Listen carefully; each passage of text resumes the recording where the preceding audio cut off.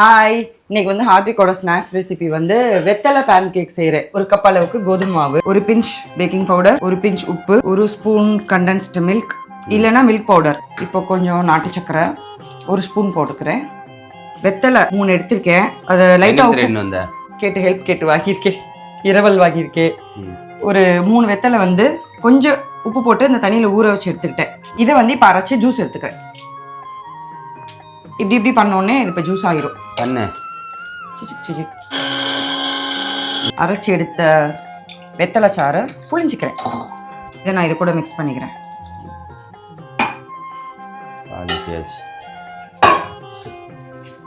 இதை ஆன் பண்ணிவிட்டு ஹீட் ஆனதும் கொஞ்சம் பட்டர் போட்டுக்கிறேன். இருக்க பேன் கேக் ரெசிபி மாவை இந்த இதில் ஊற்றி விட்டு சாஜாங்